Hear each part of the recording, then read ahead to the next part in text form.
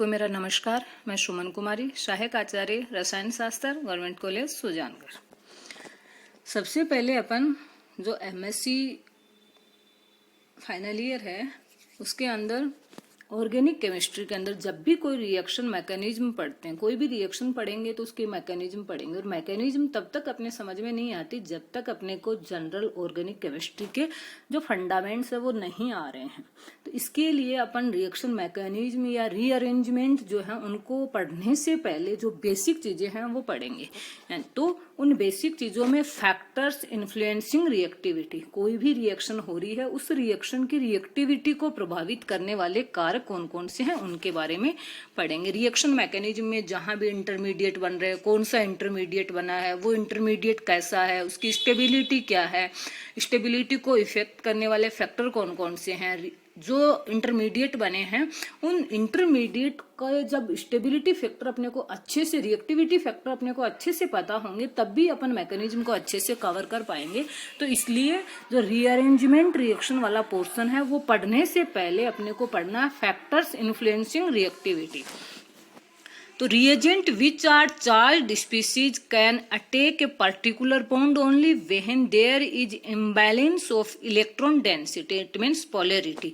होता क्या है कि जब ऑर्गेनिक केमिस्ट्री में रिएक्शंस पढ़ रहे हैं तो कोई भी रिएजेंट किसी भी सबस्ट्रेट मॉलिक्यूल पे कहाँ अटैक करेगा, जहां पे क्या हो, पोलरिटी होगी।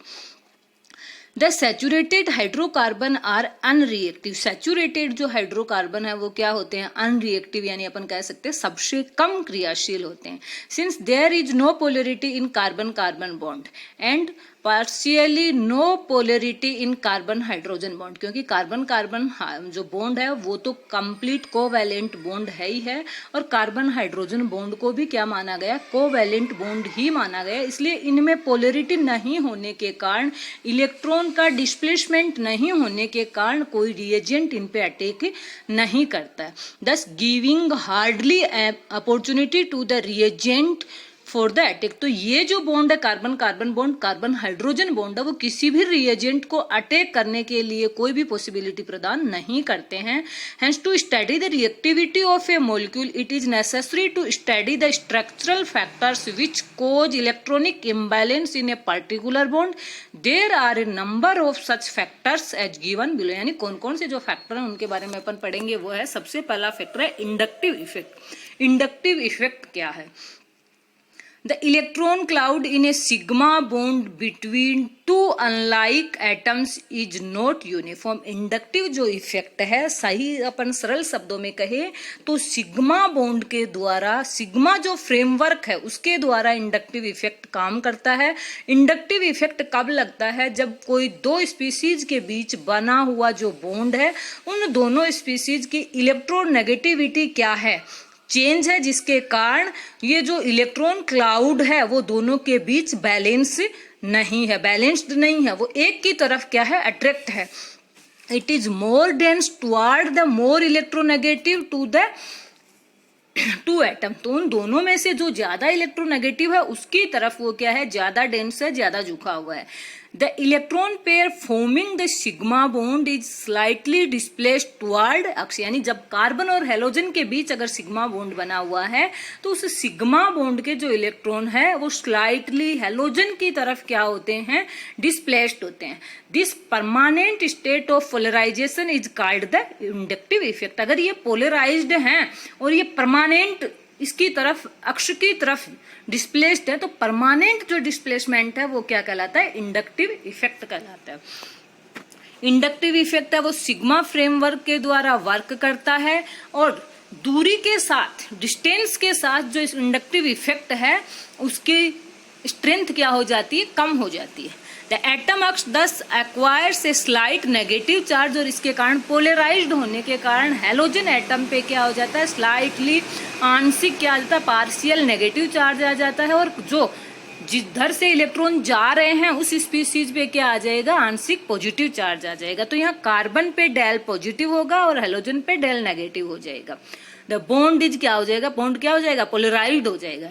If the electronegative atom is joined to a chain of carbon atom, अगर ये सिर्फ एक कार्बन से जुड़ा हुआ है तो ये पोलराइज्ड बॉन्ड हो गया। लेकिन ये एक कार्बन की चैन से अगर ये हेलोजन एटम जुड़ा हुआ है तो पॉजिटिव चार्ज है वो कार्बन एक कार्बन से दूसरे से तीसरे की तरफ भी क्या होगा, अपना प्रभाव डालेगा। The positive charge on the carbon atom is related to the other carbon atom, दूसरे कार्बन एटम को भी ये क्या करता है, इफेक्टिव करता है। अब ये नंबरिंग अगर अपन दे देते हैं तो हेलोजन जिस कार्बन से जुड़ा वो एक नंबर, फिर अपन 2 3 4 चल रहे हैं, तो जो इंडक्टिव इफेक्ट है या जनरल शब्दों में कहे तो ये जो पॉजिटिव चार्ज है उसकी डेंसिटी है वो लगातार जैसे जैसे 1 से 2, 2 से 3, 3 से 4 नंबर कार्बन की तरफ जा रहे हैं तो ये पॉजिटिव जो चार्ज डेंसिटी है वो क्या हो जाती है, कम हो जाती है। यानी इंडक्टिव जो इफेक्ट जो सिग्मा फ्रेमवर्क के द्वारा लग रहा है उसकी टेंडेंसी क्या हो जाती है, कम हो जाती है। Carbon first is slightly positively charged. It extends a pull on the electron forming covalent bond between carbon 1 and carbon 2 but less strongly than on carbon 1. The effect thus rapidly dies out. यानी धीरे धीरे क्या हो जाता है, ये जो effect है वो क्या हो जाता है, खत्म हो जाता है। 4-5 कार्बन के बाद बिल्कुल खत्म हो जाता है। Hence the effect is not significant beyond the second carbon atom. मतलब जनरली सिग्निफिकेंट कहाँ, इसका महत्व सबसे ज्यादा इफेक्ट कहाँ तक रहता है, 2 नंबर कार्बन तक ही रहता है। This electron displacement relate through sigma bond alleviate through a short distance is known as a inductive effect. ये इफेक्ट जो इलेक्ट्रॉन का डिस्प्लेसमेंट सिग्मा बॉन्ड के द्वारा हो रहा है और 2-3 नंबर कार्बन तक ये इफेक्टिव रहता है, ये क्या कहलाता है, inductive effect. The effect is permanent but feeble. ये जो इफेक्ट है वो परमानेंट है since it involve shift of strongly held sigma bond electron. Other stronger factors में also this effect. Inductive effect में भी ड्यू टू एटम और groups, एक एटम की वजह से हो सकता है, ग्रुप्स ऑफ एटम की वजह से भी इंडक्टिव इफेक्ट लग सकता है।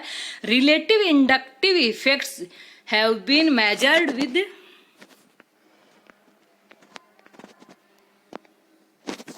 Reference to hydrogen. यानी जो एक एटम के द्वारा लगने वाला इंडक्टिव इफेक्ट या इंडक्टिव इफेक्ट एटम्स के ग्रुप ऑफ एटम्स के द्वारा भी लगता है और इनकी जो स्ट्रेंथ की कौन से एटम का या कौन से ग्रुप का इंडक्टिव इफेक्ट है वो ज्यादा है कम है, तो वो हाइड्रोजन को रेफरेंस मानते हुए इनकी एक सीरीज तैयार की गई। तो order of electron withdrawing effect. अब ये जो इंडक्टिव इफेक्ट है ये दोनों टाइप का हो सकता है, पॉजिटिव और नेगेटिव। अगर इलेक्ट्रॉन खींचने वाला हेलोजन ग्रुप जुड़ा हुआ है तो ये क्या हो गया, नेगेटिव इंडक्टिव इफेक्ट हो गया। अगर कोई इलेक्ट्रॉन विड्रॉविंग ग्रुप जुड़ा है तो नेगेटिव है, और अगर कोई इलेक्ट्रॉन रिलीजिंग ग्रुप जुड़ा हुआ है तो वो क्या हो जाएगा, पॉजिटिव इंडक्टिव इफेक्ट। और रिलीजिंग ग्रुप पे क्या आएगा, पॉजिटिव चार्ज, और कार्बन पे फिर क्या आएगा, नेगेटिव चार्ज आ जाएगा। तो ये जो विड्रॉविंग कैपेसिटी है तो सबसे ज्यादा विड्रॉविंग कैपेसिटी या सबसे ज्यादा जो -I इफेक्ट किसका है, NO2 का। उसके बाद फ्लोरीन फ्लोराइड का, फिर कार्बोक्सिलिक ग्रुप, फिर chloride, bromide, iodide, hydroxide, alkoxide, phenyl और हाइड्रोजन। और ये जो हाइड्रोजन है उसके बाद जो कार्बनिक समूह है 3 डिग्री, 2 डिग्री, 1 डिग्री कार्बन और मैथिल। तो सबसे कम किसका है, मैथिल का। मैथिल से ज्यादा किसका है, 1 डिग्री कार्बन का, फिर 2 डिग्री, फिर 3 डिग्री, फिर हाइड्रोजन। यानी हाइड्रोजन का जो इंडक्टिव इफेक्ट है वो simple carbon 1 degree, 2 degree, 3 degree से क्या होता है, अधिक होता है। तो यहां अपन जैसे ही लेफ्ट टू राइट जा रहे हैं तो इलेक्ट्रॉन रिलीजिंग कैपेसिटी है वो इंक्रीज हो रही है, और राइट से लेफ्ट जा रहे हैं तो इलेक्ट्रॉन विड्रॉविंग कैपेसिटी है वो क्या हो रही है, इंक्रीज हो रही है। The alkyl group are less electron withdrawing. जो एल्किल ग्रुप है, मैथिल है, एथिल है, प्रोपिल है, आइसोब्यूटिल है या ब्यूटिल है, ये जो भी मैथिल ग्रुप है, एल्किल ग्रुप है, ये लेस इलेक्ट्रॉन विड्रॉविंग होते हैं then hydrogen and are therefore consider as electron releasing group. इनको इलेक्ट्रॉन रिलीजिंग ग्रुप में कंसीडर किया गया है। Electron withdrawing character is indicated by -I effect and electron releasing characters by +I effect. Effect is एडक्टिव।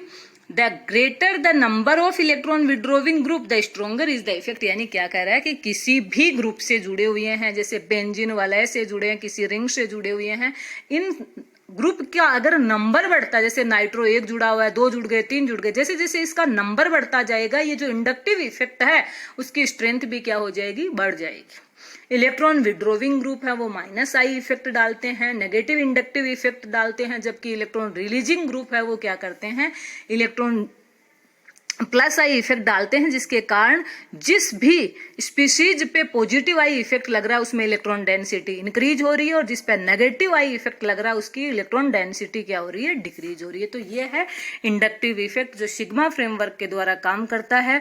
Polarised bond पे inductive effect work करता है, और जो भी इलेक्ट्रॉन रिलीजिंग या electron withdrawing species inductive effect work कर रहा है तो जिस कार्बन से जुड़ा हुआ है उस कार्बन के बाद 1 2 3 कार्बन यानी 4 कार्बन तक ये वर्क करता है, लेकिन इसकी जो सिग्निफिकेंट है वो कहाँ तक रहता है, 2 नंबर कार्बन तक ही रहता है। अब है जो इंडक्टिव इफेक्ट है उसके क्या क्या एप्लीकेशन है।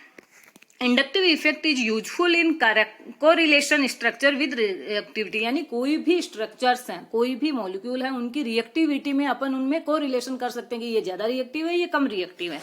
Acid strength of aliphatic carboxylic acid, aliphatic aromatic carboxylic acid है, एल्कोहल है, उनकी एसिडिक स्ट्रेंथ के बारे में ये बताता है कि कौन सा ज्यादा है। ऐसे इंडक्टिव इफेक्ट से अपन ये निर्धारित कर सकते हैं कि कौन सा अधिक एसिडिक है, कौन सा कम एसिडिक है। तो ये चीजें अपन अगले चैप्टर में पढ़ेंगे। Thank you.